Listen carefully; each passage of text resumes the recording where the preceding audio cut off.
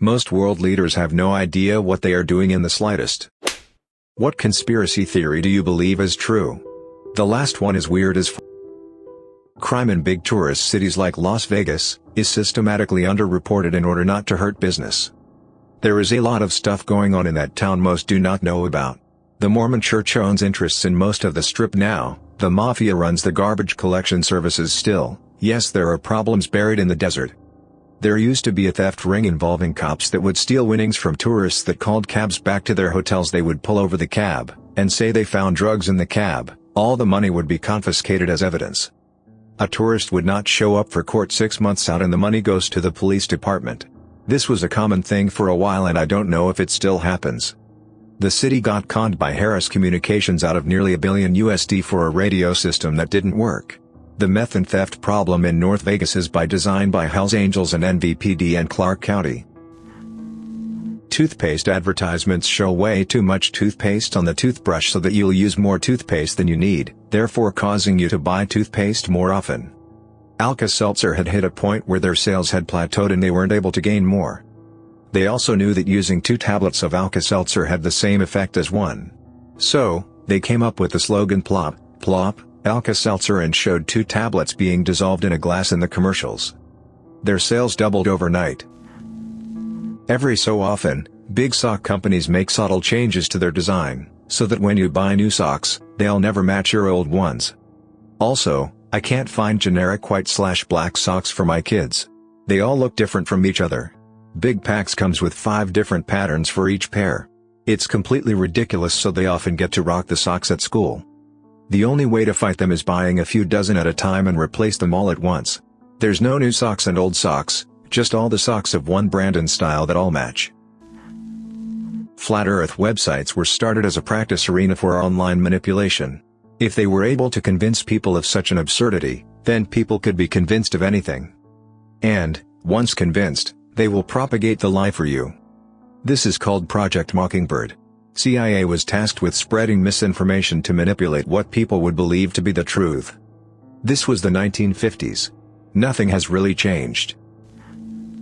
The Chinese government is severely downplaying the amount of confirmed cases of coronavirus infections, as well as the spread and intensity. Why? They've done it before. It's probably a simple matter of saving face so they don't look bad.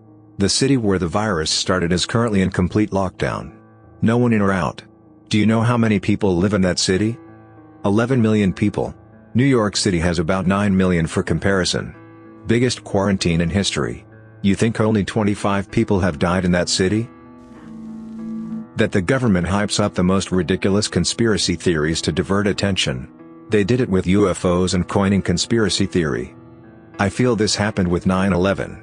You had people claiming the planes weren't real and other nonsense distracting from the real questions about Saudi Arabia's involvement in their sponsorship of Al-Qaeda to get the US involved in the Middle East again. The whole thing was by definition a conspiracy, but if you called it that or brought it up you would be lumped in with those crazy conspiracy theorists with the added stigma of being unpatriotic for questioning the official narrative. Vapes were invented to ensure the next generation got addicted to nicotine. The future of cigarettes looked bleak as more smokers were giving up and fewer new people, teenagers and children especially, were taking up smoking. There was no need for a new product to help people quit, they were quitting just fine already. But suddenly a new nicotine-based product shows up that can make the perfect smoke for cool tricks and has flavors like candy floss. Profit margins are looking good again and the next generation of lifelong nicotine addicts is assured. We know they were invented to help get people off cigarettes. We know because the inventor of the modern vape is a relatively middle-class dude in China who made it to help his dad stop smoking. He never got terribly rich from it, making his involvement in a conspiracy unlikely. Now after the invention, are vapes being used to purposefully addict another generation to nicotine? Well, that's not really a secret conspiracy, given that Juul is literally owned by a tobacco company, now is it? Though I would still say it's a conspiracy because pretty sure the tobacco people would deny it to the end of their days. It's my understanding a conspiracy is a secret plan that is unlawful or harmful. People say it can't be a conspiracy because the government is against vaping. The government does not have to be in on the conspiracy. That Camel cigarette ad aimed at children also got banned, right? It is possible to have a conspiracy the government isn't involved with. We also don't all have the same government. I'm from the UK. Britney Spears is held captive by her dad's legal hold on her mental stability. He's conservator of her estate and has full oversight of her career. He has full financial control of her life. Her dad brought her back from mental instability though. She was losing it and going to ruin her career and life, and he got control and got her back on track, and of course he needed to have authority over her to do so. High art galleries are just a way for organized crime to launder money through high-priced art pieces and charitable donations. That's the reason you see pieces like two solid colored canvases side by side make $43 million. Tax laws are stupid in many ways. Art is one of them. Accurately appraising the value of art, particular abstract of modern art, is effectively impossible because there will always be disagreements. So, the value that a piece is most recently sold for is usually used. If a single artist has a portfolio of similar works, then after a piece is sold the other similar pieces can be appropriately reappraised at an updated value based upon that sale. So the way this scam works is that a group of wealthy people get together and decide on an artist. One buy a piece for, say, $1,000. Displays it. Waits. A few months later, another buys another piece for $10,000, well above asking price. Displays it. Waits. Next one buys a piece for $50,000, again well above the current asking price, even taking into account the sudden meteoric rise in popularity. This can continue, with more steps and sometimes with slightly smaller gaps, even for a few years. Finally, at the end of all of this, each person in the chain donates their painting and writes the value of the piece off as a charitable donation to avoid paying taxes. And, here's the beauty, the number they use is based upon the current value, which is appraised based upon the purchase price of their wealthy friend who's in on it for a different painting, not the price they actually paid. So these wealthy people end up being able to write off thousands or hundreds of thousands of dollars in donations despite only actually paying a fraction of that. Artists hate this, but can't really say no to it because the two options are to either get unjustifiably famous and make some extra money or get blacklisted from galleries. Basically there's no way to have a middle ground. Source: good friend who makes a living creating art. Harry and Meghan stepping back from royal duties is probably something they wanted to do, but the timing of it was to make everyone concentrate on that. And not the fact that Prince Andrew was best mates with Jeffrey Epstein and has been accused of shagging an underage girl. Harry said in a recent interview, "I won't be bullied into the same game that killed my mum, Diana. I bet he found out his entire family are child fondlers, and I also bet Diana found out that same information which ultimately led to her demise." The US Army have a bigger influence on Hollywood action movies than you think in order for people to be influenced at a younger age to join the Army. Michael Bay movies are basically giant ads for the military and random companies. In one of the Transformers films there's a long shot of the main character buying a Coke from a vending machine and drinking it. And every movie plugs the military. Some of his movies literally are about the military. Most world leaders have no idea what they are doing in the slightest. Honestly, there's no training in the world that can prepare you to be the leader of a country. And there's no other job like it on Earth. I think the problems we as humans have created are beyond the scope of what we as humans can fix. I'd be willing to bet money that a lot of the issues we face are down to overpopulation, and I doubt there's anything we can do to fix it besides eradicating half the population. No world leader can fix our issues. The real conspiracy: the governments are too dumb and ineffective to plan conspiracies. Conspiracy theories are too convoluted. Imagine getting 10 people in your life to cooperate at doing a task. It's pretty hard to get 10 strangers to shut the hell up, for example. Now imagine thousands of strangers cooperating to do a complicated cover-up that they can expose. I doubt 99% of conspiracy theories acknowledge that humans just can't keep their mouths shut. Military-industrial complex. While not a distinct elite cabal operating in coordination, there are many separate high-net-worth individuals and particular corporations whom directly derive profit from war. They have no interest in peace and continue to prosper in an environment of low to moderate-level continuous warfare. Eisenhower called it 70 years ago. Check out Iraq for Sale on YouTube. I watched it while I was deployed to Iraq, ironically, and had to take a minute to understand it all. I knew that there was something fishy from the start, but I've never been sure.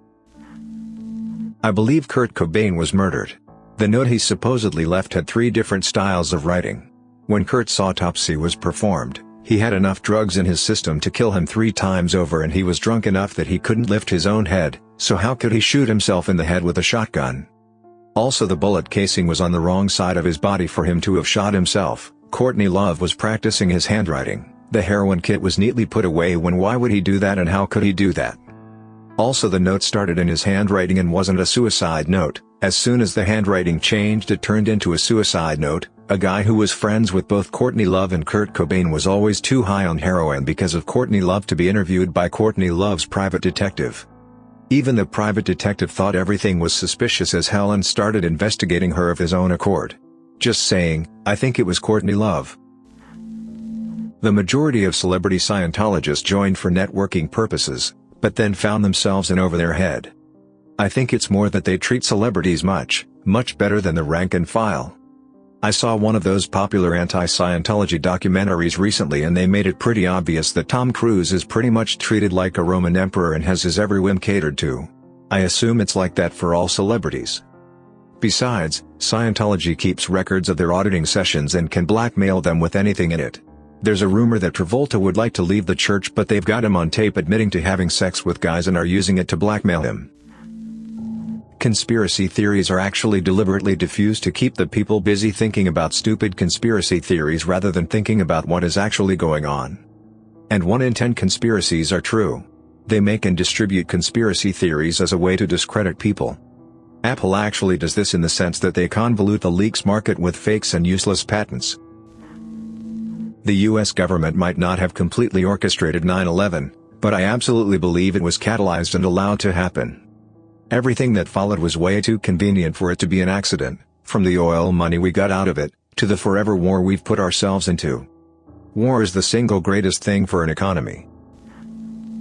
Avril Lavigne incorporated her name and sold the rights to an imposter so she could retire. The conspiracy is that is the imposter and the real Avril Lavigne quit years ago.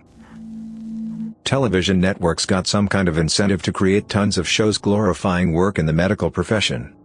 George Clooney almost single-handedly inspired thousands and thousands of people to get their nursing degree. I believe they did this because there was a seriously critical lack of healthcare professionals prior to the explosive increase in medical dramas and even comedies. I base this on zero research, just simple observation. Facebook is data mining and listening to us through the microphones on our phones. I swear to God, sometimes I'll just think about something and 5 minutes later, it's being advertised on my newsfeed. Every single person I know has said the same thing. They will mention something in passing and next time they check Facebook, there it is. I have heard stories about people having a TV show on in the background where somebody is speaking a different language and their targeted ads suddenly start appearing in Spanish or German or what have you. There is no secret society, just peer groups of power. The most powerful people have powerful friends. They go to the same venues, they can afford to anyway, and have the same interests. The conspiracy goes no deeper than friendship as an abstract concept, and so long as powerful people have friends they will have de facto cabals. So long as rich people love their kids there will be de facto dynasties. The catch is, all the people of power are just as smart as you and me, for the most part. Nobody deserves this power more than others. Most of the people with the power to do harm are blind to how much harm they do because they're just as broken and flawed as we are and just as motivated to not see themselves as the bad guy. They take credit when things are good because it feels good to be good. They pass the buck when things are bad because they both don't want to see themselves as bad. It's all an accident caused by humans being human. That we were developed as slaves by people from another planet to mine gold for them. They need it for their electronics. They have been manipulating everything from terrorist attacks to global warming as distractions and to incite fear to push us towards a one-world government so someone can profit from our labor but with greater control. This is why governments are nothing more than behavior management/HR/training for specialist slaves. You go to school just so you can become a specialist slave to take part in an economy that directly or indirectly supports stripping resources from the planet. This is why the world seems to be moving towards centralizing power. There are people today who are volunteering to be microchipped so that when we protest our conditions, they can shut us off from our money. This is why banks and countries no longer use the gold standard. They want us to have the imaginary digital numbers while they extract the stuff that matters. They pushed for global warming and made sure governments denied it until there was a tipping point so that we have to create a one-world solution to combat it. Royal families know about this because they are descendants of these extraterrestrials, who made the original humans. The world is controlled by a small group of people or families who have been promised immortality in exchange for their service. This is why someone like Robert Mugabe, a high-ranking Freemason, could proclaim he will never die. These families seek out pure blood by looking for those whose genes match our ancient gods or the extraterrestrials. The family with the purest DNA will then be able to lay claim as rightful rulers of the planet. In the meantime, the elite and their families exploit our instincts by using all sorts of force and power to get us to do what they want. Our very lives only have value as long as we work, or else we'll starve to death. Our religions have been used to control the population by either banning contraception or insisting men and women marry, or else chaos and riots, to ensure as men and women cannot have fair access to sex and procreation. Consumerism is a lifestyle ideal because it requires absolute submission to corporations to drive production so our resources can be extracted. Don't just believe that people with power are dumb or rich people are into weird stuff. Look at what they value and ask yourselves why they need more power. Why is there so much emphasis on going to space?